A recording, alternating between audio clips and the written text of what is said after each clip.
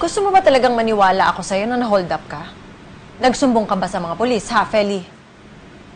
O baka naman gusto mo lang tangingin yung pambayad na binigay ko sa'yo? Hindi po, ma'am. Ito po yung pera. Oh, akala ko ba na-hold up ka? Nanlaban po kasi ako. Tsaka nabigla din ako kaya... Sandali. Hello? What? Sigurado ka? Sige. Pupuntahan ko si Noreen mamaya. Thank you. Uma, may problema ba? Patay na si Jojo, yung asawa ni Noreen. Ano? Anong nangyari sa kanya? Nahulog daw sa building. Tinulak ng Amanda. Demonyo talaga yung babaeng yun eh. Biro mo nagagawa niya yung mga ganung bagay. Feli, punta mo si Dado. Sabi mo yung andahin ko, alis kami ha. Opo, ma'am. Yes. Hindi sila pwede makita ni Pepay. Masamang impluensya si Amanda. Wala siyang kwentang ina. Dapat sa babaeng yung makulong ni. Kinakabahan na ako, Dahlia. Kailangan ko na umalis dito. Baka pwede mo naman akong padala ng perang pamasahe. Sorry, kailangan ko lang talaga. Wala na ako ibang maihinga ng tulong. O sige, huwag kang mag-alala. May naitabi pa naman ako dito. Pero huwag ka muna aalis ngayong gabi, ha? Mas delikado yung pag-aala-gala ka sa lansangan ngayon. Ha? Dahil hindi ako mapakali.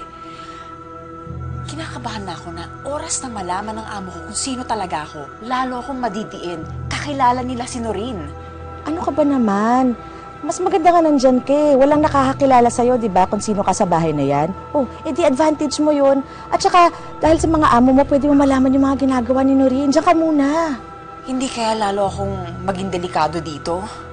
Ano pong ibig niyong sabihin delikado kayo dito? Hindi po ba kayo magkasundo ni Ate Bibeth at Ate Rusing?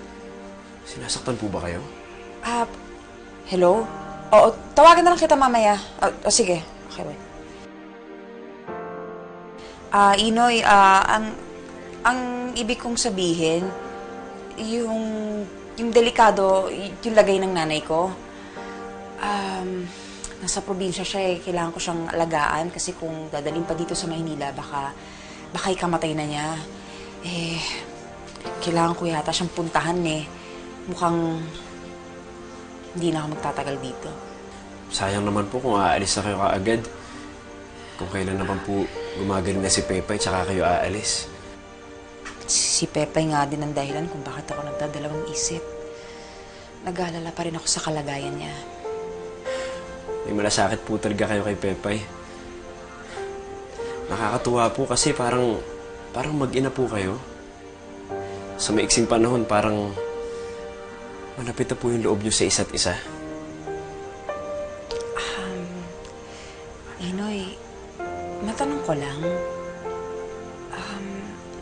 wala ba siyang magulang? Nasaan na ba ang nanay niya? Ano nangyari? Tulad po ng kapatid ninyo, nawawala din po yung nanay ni Pepay. Hindi niya po alam kung nasaan eh. Nagkahiwalay rin sila ng nanay niya? Manang Feli, pakisama naman po si Pepay sa kwarto. At pakisabi na rin kay Manong Dado na ako na magmamanayaw papunta dun sa burol ni Tito Jojo. Pakisabi, dito na lang siya. Babalik din naman kagad ako. Sige po.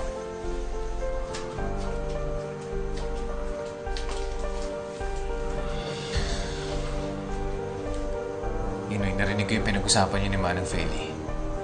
Pwede ba huwag pinagsasabi na pugante yung nanay ni Pepay? Sir Jeffrey, wala naman... Basta, ayokong pinagchichismisan si Pepay, lalo na ng mga katulong dito. Dahil gusto ko makilala si Pepay bilang girlfriend ko, hindi bilang isang anak ng kriminal. Maliwanag ba? Pasensya na po, Sir Jeffrey, kung minasabi man ako. Hindi na po